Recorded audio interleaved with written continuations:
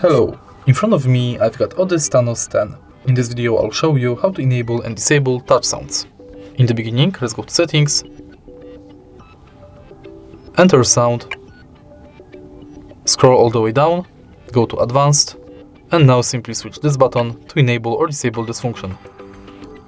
If you find this video helpful, please leave a like, comment and subscribe.